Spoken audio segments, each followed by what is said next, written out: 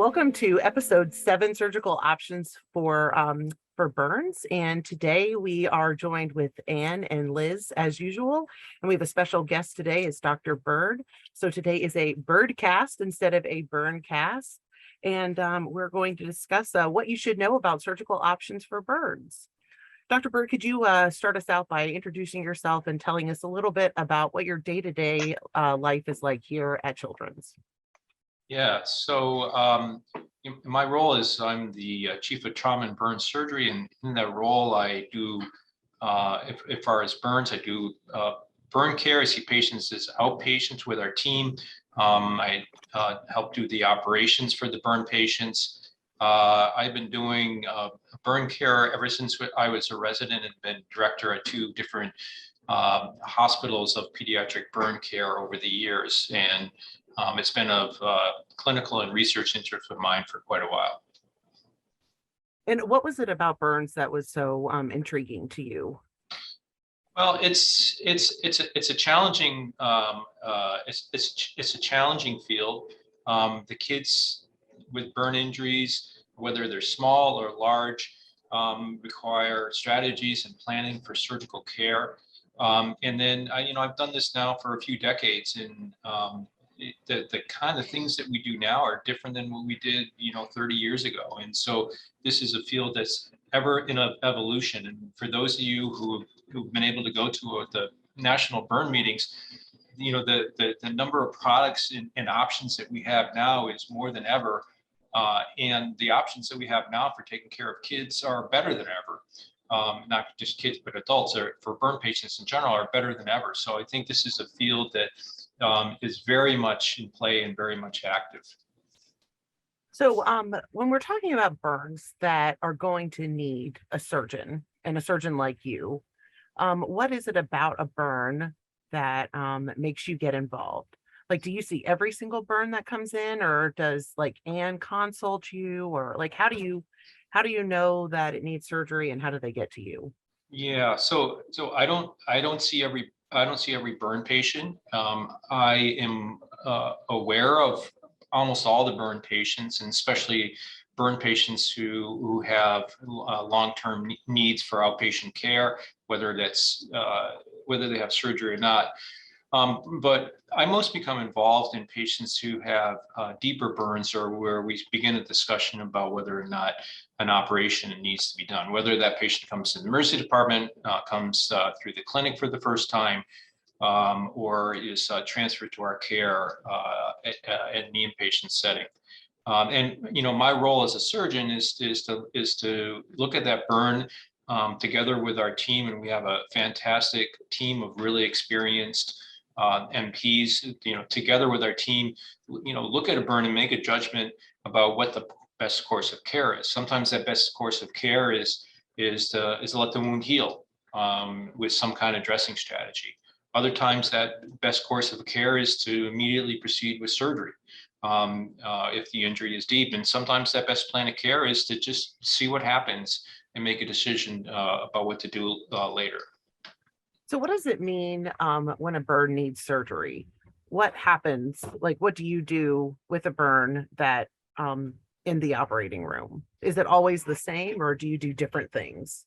Yeah, so generally the burns that require surgery are burns that are deep enough that they will heal, but will take an extended time to heal, or will heal with a lousy scar. And so there's a general rule of thumb that we use is if you predict that a burn will heal within 3 weeks, and there's some caveats to that, but generally within 3 weeks, then it's probably reasonable to proceed with letting that burn heal. Now, the caveat is if the 3 weeks is some kind of miserable experience for the kid, then you may want to not wait that 3 weeks and to do something to take care of it.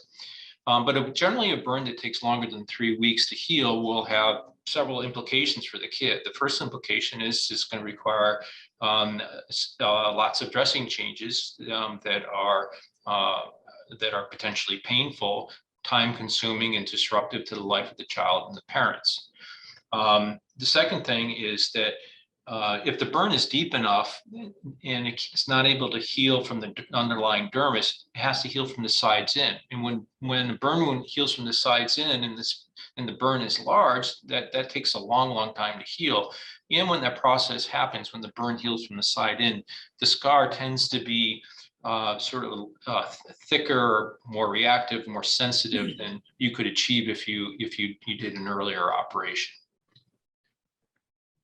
And can you explain more about like how a burn heals? Because when you were saying that when it's deep enough from healing from the sides in, so for the regular wound healing, can you explain a little bit about that and how that works?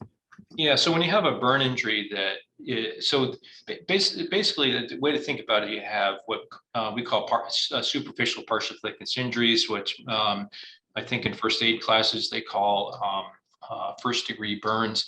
That's the typical burn that you get where you're working on the stove and you maybe get a small splash of hot water in your hand, you have a blister, and within a day or so that's healed. The next level of burn is the burn that goes through the epidermis into the dermal layer. And depending on how deep the burn is into the dermal layer determines how well that burn is going to heal. If it heals far enough into the dermal layer, the dermal elements that lead to the skin to heal from the bottom up are injured, and so the only way for it to heal is the surviving dermal elements and surrounding burn tissue. And so our job, and this is what we do all the time, is we look at a burn and we have to make some projection about what that depth is and what the likelihood of that injury is healing from the bottom up or from the sides in, and making a decision about making a reasonable guess about how long that process will take. So Anne, as being one of our fantastic and amazing nurse practitioners, if you're more likely to see these kiddos that are going to need surgery, you're the one that's going to like bring them to Dr. Bird and talk about them. When you do that, do you guys do that together? Does Dr. Bird come down to clinic, and then to follow up with that, do you go to the OR with Dr. Bird when he does surgery for that? Yeah, that's a good question. So it depends on how the patient presents. Some patients, when they present with a full thickness injury that we know probably needs a graft, it might be in the emergency department, or it might be that we see them in clinic. Either way, Dr. Bird or one of our other burn surgeons, if they are the one who's kind of the burn surgeon of the week of that week, I'll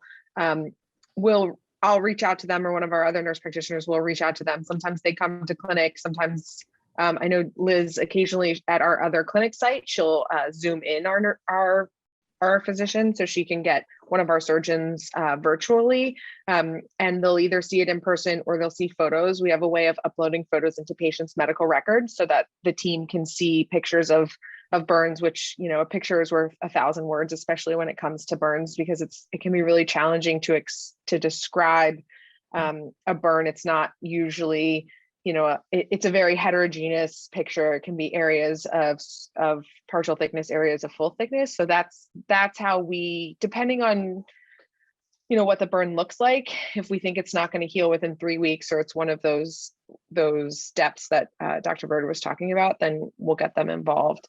The second question about going to the operating room, I go oftentimes to assist with burn dressing changes. Not as much with the true scrubbing surgical procedures themselves. That's more of a surgical skill, which I don't have as much of the training for that.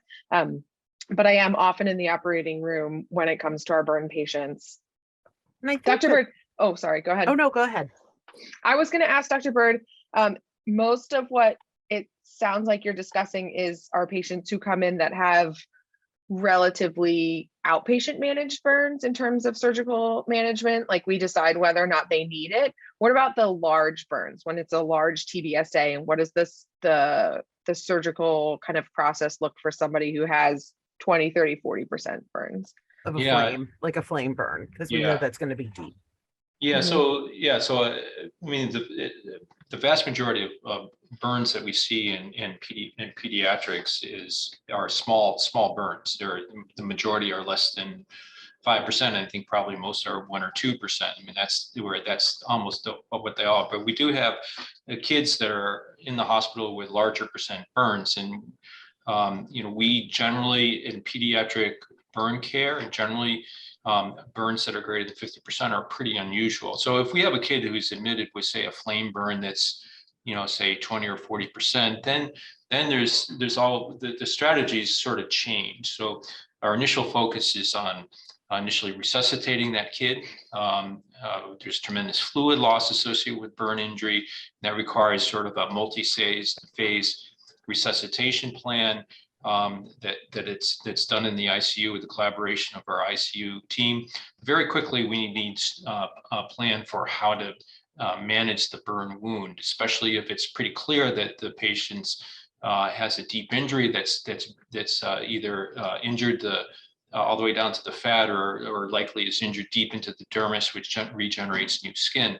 So then we have to come up with a sort of a staged plan about going to the operating room. So if it's a large burn, it's really not feasible to do skin grafting on a large area. It's not only a long time in the operating room, it's not only a large amount of blood loss all in one time, but it also has it also you may not have a clear idea early on about what's going to heal and what's not going to heal. So early on, what we do is, as a team, come up with a strategy for surgical management, and we prioritize areas of function. So if a patient, for example, has a full thickness hand burn and a full thickness thigh burn, then we obviously want to prioritize that full thickness hand burn to get the patient back into, get that area healed, get the patient back to normal function. So there's sort of prioritization. And then there's, sort of timing of things. So we have to, work with our operating room schedule, which, we don't have unlimited access to the operating room, so we have to be strategic in how we plan the different stages of the operative care. And so in a lot of this, our initial plan, we'll come up with an initial plan of like what our priorities are, what we think is going to happen. But burns surprise us all the time. You may go and see a kid one day and say, here's our strategy. We're going to do this area of the body first, this second, and then come in the next day and be surprised about maybe a injured area of skin looks a whole lot better, or vice versa, that an injured area of skin suddenly looks bad. The burn is converted to something that is obviously deeper. So this is, we're making decisions dynamically for these patients. Start with an initial plan, but be prepared to change that plan as time goes on. So I think you brought up some really good points about when a child with a burn needs to go to the operating room. So, and this is a little bit, I think, a little mystical for bedside nursing and a lot of staff. So if a patient goes to the OR, they aren't necessarily having surgery. Sometimes they're just going to the OR for a dressing change, correct? Yeah, so so it may be confusing because it's all in the operating room, and the operating room is a place where surgery is done. Right. But there's different things that we do in the operating room. So one level of thing we do in the operating room is simply do a standard dressing change. We put a topical on or a silver impregnated dressing, and just literally just change the dressing with the patient asleep. And that's something we do in, for example, a child who has had a bad experience with previous dressing changes, is highly anxious. It gives us a venue for doing the proper dressing change and looking at the burn wound in a way that you wouldn't be able to do if you did this at the bedside or in the clinic. The second level of things that we do is that we have patients who have burns that we have some reasonable expectation that will heal, and put on more elaborate dressing. And one of the products we put on is Suprathel, which is a synthetic skin coverage. And that requires gently abrading the surface of the burn wound and putting the material on. And so that's sort of the next level of things that we would do in the operating room. We do in the operating room because that gentle abrasion of the burn wound is not something that you'd want to do with a child awake. Plus, we need to do it with sterile conditions so that we decrease the chance that it gets infected. I mean, the next level of care in the operating room is to do skin grafting. That's basically where we remove normal skin from one area of the body and put it on the burn wound that's been cleaned up of devitalized skin, or to use cadaver skin as a skin substitute. And I guess the final general category of things that we do, and actually do a fair amount, is dressing takedowns. So we maybe did a skin graft or put on a temporary skin coverage material, and we want to really get a good look at it. Or we want to get a look at it and maybe have a big fork in the road that if it looks like it's deep and needs skin grafting, we proceed. So I guess the fourth category of visits to the operating room is to do dressing changes after a procedure has been performed. So there's all kinds of reasons we go to the operating room. Only one of which, and probably the less common of which, is to actually do a skin graft. So when you do a skin graft, you said that you take skin from one part of the body and put it on another part of the body. Do you do that in the same day? So do you like take off the skin and then reapply it at the same time? Yeah, so you do it at the same operation. And so, there's different strategies to do it, but the general strategy is you take, you start with the burn wound and get rid of all the devitalized tissue. So you basically, have a special knife that looks more or less like a very sharp cheese slicer, and you use a controlled technique to get down to normal healthy tissue, and generally that's normal bleeding healthy tissue.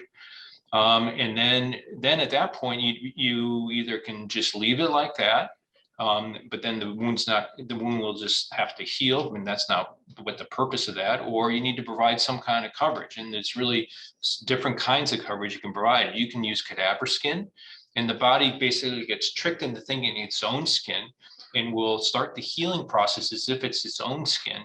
But eventually that skin will not be incorporated, will basically not be incorporated. Or you can use the patient's own skin. And when you use the patient's own skin, you find an area in the body that is good for a donor site.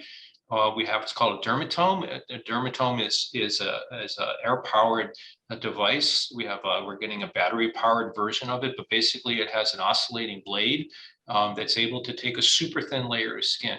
And you can take that skin, that 8,000th of an inch to 12,000 inch or 15,000th of an inch, whatever you want. Because you're taking skin really thinly, the area where you're taking it from has a high potential to heal. And in fact, most of those areas heal and heal quite well. Can I show a quick Google Images photo of a skin graft that I just found? Is that okay? As long as it's a Google image. Yes. I Googled. Yes.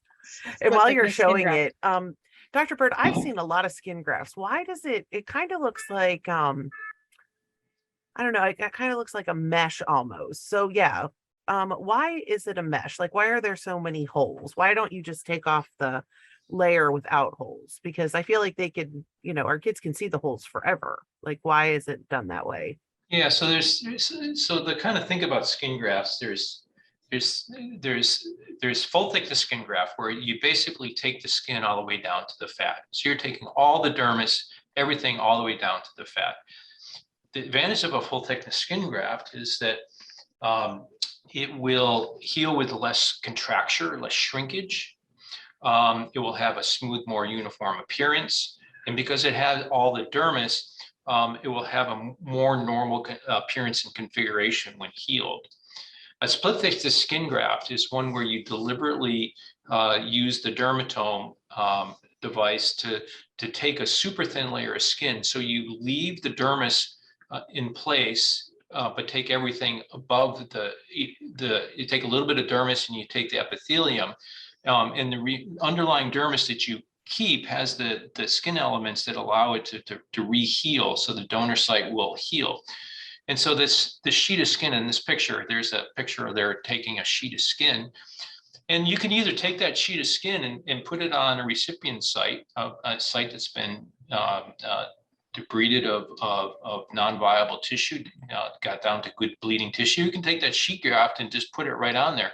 And that's a great option for certain locations. It's a great option for areas of cosmesis. So your face, leaving the sheet graft is good. Your neck, your hands are part of your body. You show the world. So cosmetic areas, or sometimes even for when you have a very small burn injury, leaving a sheet graft is a good idea.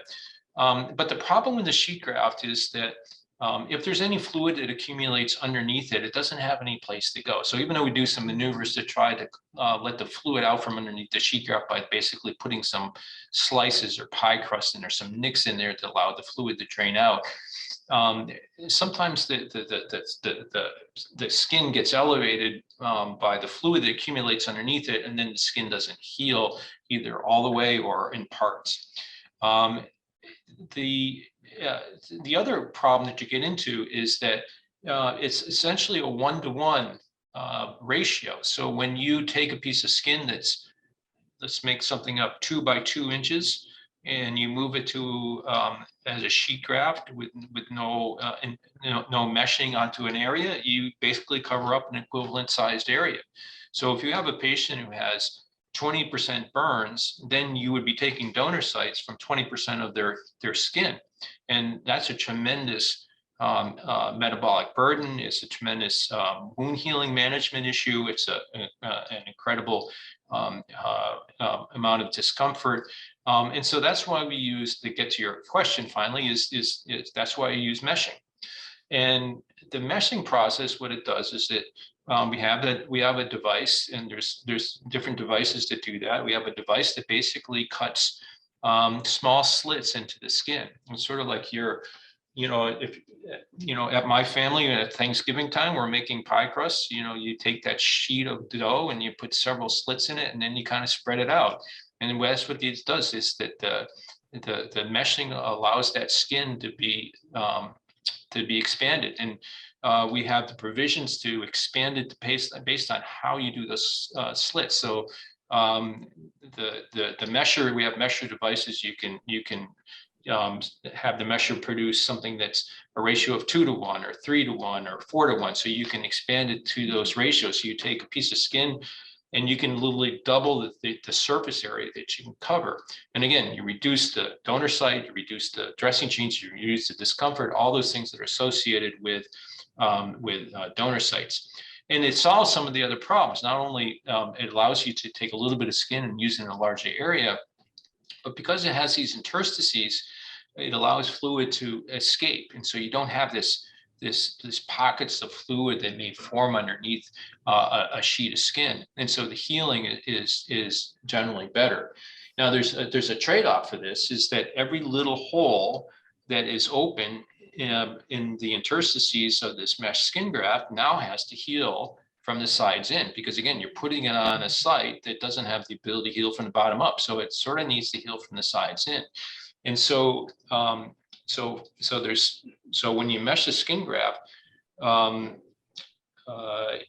you tend to have more scar than you do with sheet graft, because you have to fill in those holes.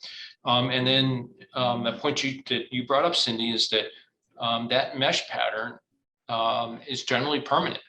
Now it fades away over time as the skin matures, but it's a lifetime of that mesh pattern will be there. There's things we can do to improve that, laser, just plain old time. But if you see somebody, 20 years later, 30 years later, who's had a mesh skin graft, as a burn surgeon, if I see somebody with a mesh skin graft, I know they've had it. that pattern doesn't really go away. That's really interesting, to know like why that's done. And it makes a lot of sense that if a kiddo has to have like a 20%, like they have 20% that needs to get covered. Now, technically, if you did the same amount, you'd have 40% of the body that didn't have intact skin. Yeah, so you're absolutely right. So if you do 1-to-1 ratio, you have a patient with 20% burns that needs to be grafted. Now you have basically 40% of their body that needs to heal. And so if instead you take an area and mesh it to 3-to-1, then your donor site burden is substantially reduced. But there's a trade-off. There's a trade-off in the permanent appearance of the scar. There's a trade-off as far as scar formation, more likely to scar because you have to fill in those interstices rather than having them healed right away. And so how do you, two questions, what type of dressing do you put on the area that you took the skin from? And the second question is, so you like took the skin, you put it through a mesher, now you have 3 times as much as you started with. How do you get that new skin to stick to the part that you want it to heal? Like, how does it stay in place? Yeah, so to answer your first question about what you put on the donor site. So, generally donor sites heal well if you're taking them in a controlled manner. And they heal generally between 7 to 10 days is pretty typical. It may take up to 2 to 3 weeks to heal, but they generally heal. And by heal, I mean the epithelium grows over the area. And the general concept that I think the literature supports and big reviews support is that you want to create a moist environment, not do a dry dressing, but do a moist environment to allow the donor site to heal. And that moist environment can be achieved with a lot of different dressing options. Our latest version, and in my career, I've seen, I don't know how many different ways to deal with donor sites. There's lots of different ways to deal with it, but our current method is to use Mepilex AG. And Mepilex AG has the advantage, it has a little bit of silver in it. And so we're a little skeptical about how much the silver really matters in that particular dressing, but it has silver in it. So it does have some theoretical antimicrobial properties, but it also is absorptive. And so the donor sites will often have a fair amount of weepage of blood and serous fluid.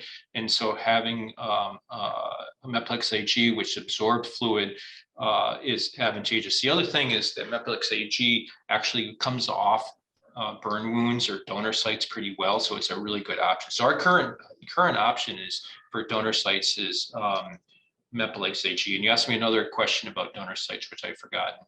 I was asking about like, how do you get that the skin that you got from the donor site? How do you get it to stay on the burn wound? Yeah, so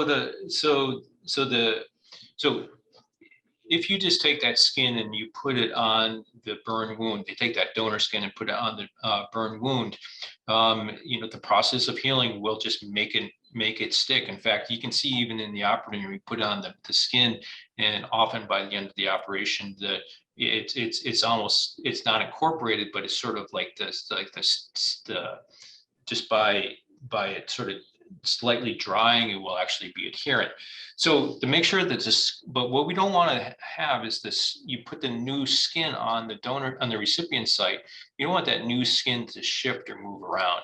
And that's where there's several strategies to keep that skin from sliding around. So you can just imagine if you have this brand new thin piece of skin that you put on the cleaned up burn wound, and the kid just rubs it, then you basically have skin over here and a burn wound over here. So different ways we can use to secure it. One is simply just use bandages. So by clever bandage strategies, you can basically fix things down. Another technique is to literally stitch it in place. Using absorbable stitches, put some tiny stitches strategically around the skin graft, and that will keep it from shifting around.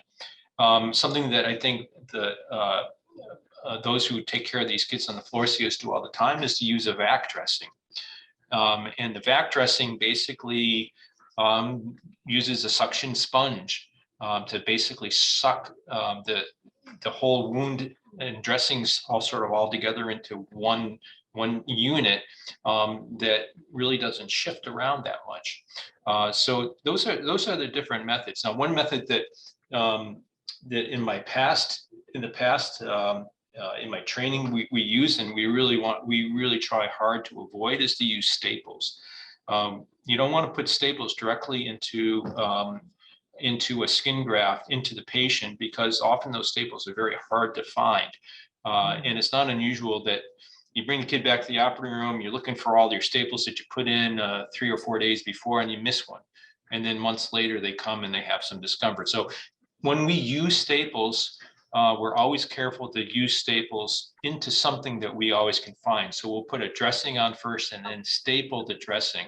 That way we will never lose a staple. So we do use staples, but never use staples directly to put the skin graft on the kid. And I think those are the main things, Ann, right? Those are the main ways we. Now there's one other technique I should mention, is that you can use. There's some sprays that you can use to help get the skin graft to stick. Right now, those techniques, they're pretty expensive to use. It's hard to cover a large area. It's really not something. I think one day we're going to have some kind of spray type dressing where you put the skin down and you spray something that's like an absorbable matrix, and then you could put some dressing on top. But that's where we're going with this strategy of how to keep skin grafts from sliding around. Can I ask a question about donor site? Dr. Bird, how do you decide where to take the skin? Are there some typical donor sites? What's your strategy there? Yeah, so generally you want to take skin from a donor site there's a couple of features you look for in the donor site. One is that you don't want to use some cosmetic location. So I'm going to give you some obvious bad choices. You wouldn't take a donor site from the face to put on a thigh. I mean, obviously that makes absolutely no sense whatsoever. The second feature is you want to take skin from an area that has not many functional considerations. So you're going to need a dressing. You need a stable dressing on that area. So you don't want to be taking it ideally from a joint, along a joint. So it's harder to put a dressing on. The next consideration is how thick the underlying dermis is in the area. So a great donor site is the back. The back has very, very thick dermis. And because it has very thick dermis, if you shave a little bit off, there's much more for it to grow up from. And then I'm trying to think some other considerations. Yeah, so now sometimes we have a kid who has a very extensive burn injury, and all that stuff falls by the wayside. So we have a patient who has a high percentage burn wound. We have to take donor sites from the best place that we can. And so we may go to our second tier, third tier, fourth tier donor site in order to get stuff healed. I mean, donor site healing can be a problem. And we have a handful of kids that we have in our clinic each year that their donor sites turn out to be more of a problem than their actual burn. They get the burns healed nicely, and their donor sites are an incredible headache for the child and the family. And that's why being really careful about how you take the donor site, how you do the donor site dressing, how you take care of the donor site afterwards, it winds up being as critically as important as what you do for the burn injury. And Liz, what would you say is the #1 parent question to you about skin grafts? Well, I honestly, I'll back up, Cindy. I think it's the #1 thing that parents ask at the time of injury. I don't know if Ann and Dr. Bird, you have that experience too, but so often you'll see, a smaller burn, and that's one of the first questions they asked: is this going to need an operation? So I think an important consideration is, we need to see how this evolves over time. Important to keep that in the back of the parent's mind, because we certainly don't want to surprise them, several days post-injury saying, gosh, now it needs an operation. But I think it's, it's kind of surprises me how often folks ask that question, from the very beginning. And so any child that came in through the ER and then they go to the OR for an operation, they're gonna spend the night at the hospital, at least one night. More than likely a few. This is initially, not like outpatient surgery or anything like that. What would you recommend for the bedside nurse to look out for if the patient just had a skin graft? Like what's the main key point that you would want nursing to pay attention to Yeah, post skin graft? yeah. So I think there's, and this is where Ann and Liz can help. I mean, let me talk, since we just talked about donor sites, let's talk about the donor site. So the donor site, first of all, we need to know that there's a donor site.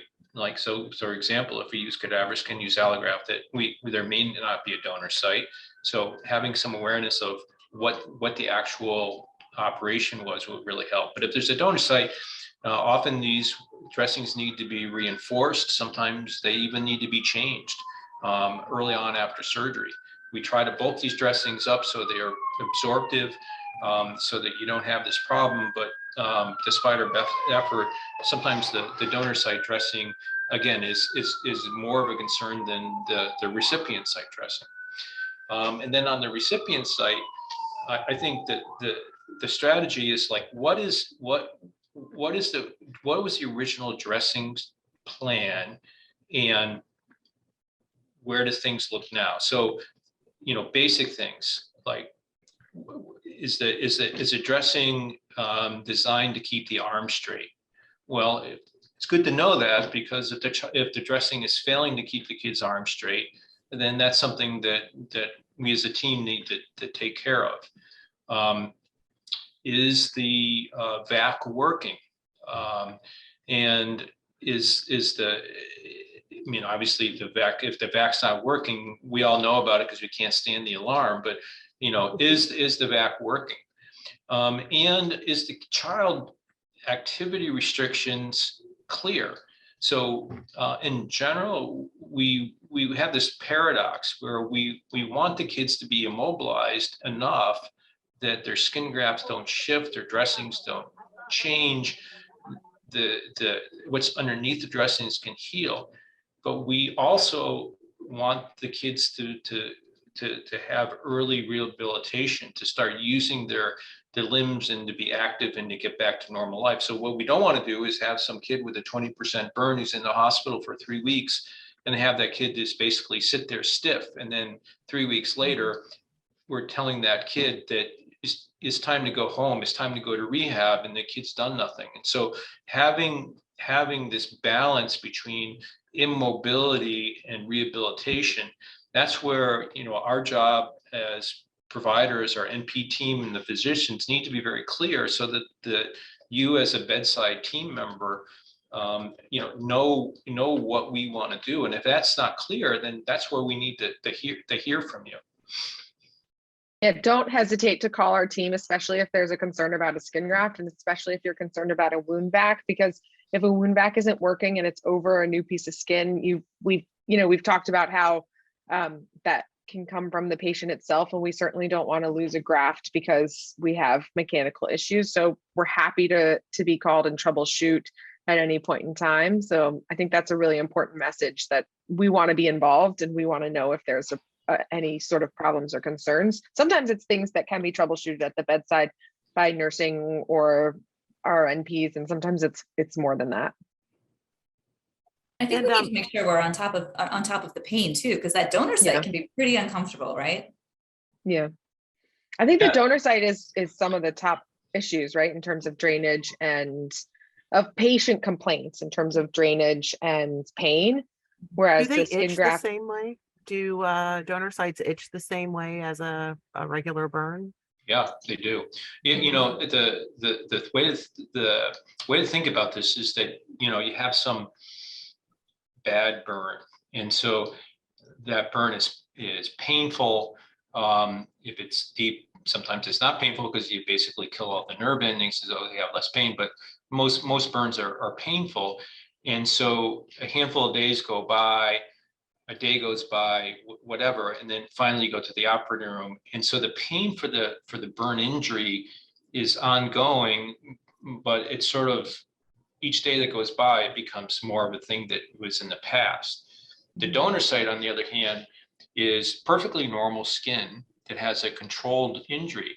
And so what happens is now the patients will often have significantly more discomfort related to their donor site than they will from their recipient site. And this Why is that? Well, it's because the burn injury may have, the pain may have be resolving, or the burn injury may have been deep enough that the nerve endings were permanently injured or temporarily injured. And then the donor site is normal skin. And so you're basically cutting into the normal skin in a controlled way. I mean, the way to think about this is, just think about when you're a kid, or maybe not a kid, and you skin your knee. It's a very superficial injury. It heals relatively quickly, but if you recall, when you're a kid, that was a pretty painful injury. Yeah.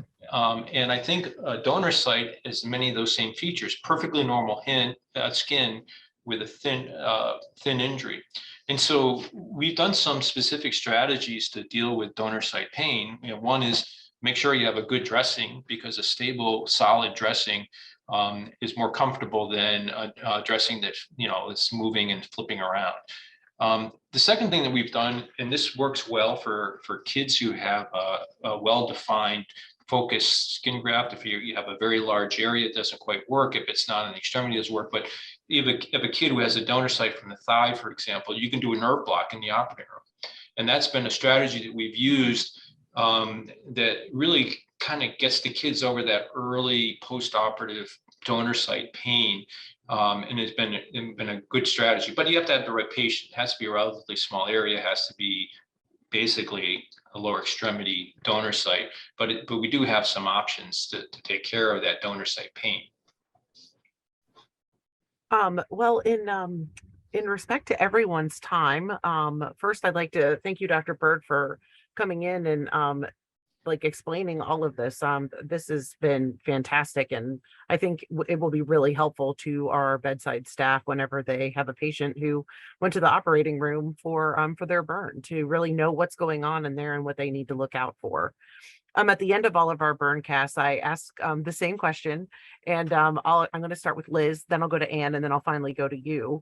Of what is your number one take home that you want our listeners and viewers to remember after this talk about surgical interventions for burns? So I think, as Dr. Bird described, that many things can happen in the operating room, whether it's a dressing change, a skin graft. Maybe you think the child needs a skin graft and things look better, so they just end up with a dressing change, but that there are 4 potential options, and the nurse should feel free to ask questions, but also to really empower himself or herself to know what happened in the OR. To be prepared for either post-operative pain or bleeding or oozing or more dressing changes. So again, that there can be many things that happen in the operating room, and just make sure that you understand exactly which procedure took place. That's fantastic. And yeah, because it's like, if you know it happened, sometimes with if your kid got a craniotomy versus, there's a lot of reasons why you go to the OR with different people. But for burns, it can be tricky because there's a lot of options. Many OR trips as opposed to Right. maybe just, a fixation of a femur or, right. Yeah, or. So Anne, what do you think? Well, I love Liz's answer. And also I do have my own answer, but I'm just going to say, when it's a really big burn, the dressing, the patient goes down with the bandages and comes back with bandages. So you might not know what happened under all of that. So I love that answer. Yeah. I think my answer is burns change all the time. So we may say our plan is skin graft, and then we go down to the OR and we come back and we say we didn't have to skin graft, or and that with the fact that burns are changing and healing, and also that our plans are very dynamic. So bear with us if it sounds like we're changing our mind. It really is because of the nature of the injury and how it is a dynamic injury with dynamic plans. All right. No, that's fantastic. So know what happened. Also know that burns are dynamic. And then lastly, Dr. Bird. Oh, I think you guys stole my thing. So, I think having, and I mentioned this, having a good understanding of what the child can and can't do. I think that's really sort of useful. And sometimes, we just did a long burn case. We're exhausted. The room's hot, and maybe we did put the orders in or weren't terribly clear. It should be clear to everybody taking care of the kid what the kid can and can't do. And when it's not clear, then we haven't really done our job. And that's where we need the other team members to coach us along and say, I can't tell, can this kid stand up? Can this kid bend his elbow that's in this dressing? I mean, all those things, it's our job to make sure that's really crystal clear, but sometimes we can't think of every possible permutation about that kid's daily care. And that's where we need people at the bedside to help us along to make sure that we do a good job of physical therapy and mobility restrictions or allowances. So questions aren't just encouraged, they're needed. Yeah, because it's not unusual that there's some nuance that I just literally never thought of that for a particular kid that comes up that the bedside nurse brings to me. All right. Well, thank you so much. And we can't wait to see you next time. All right. Thank you.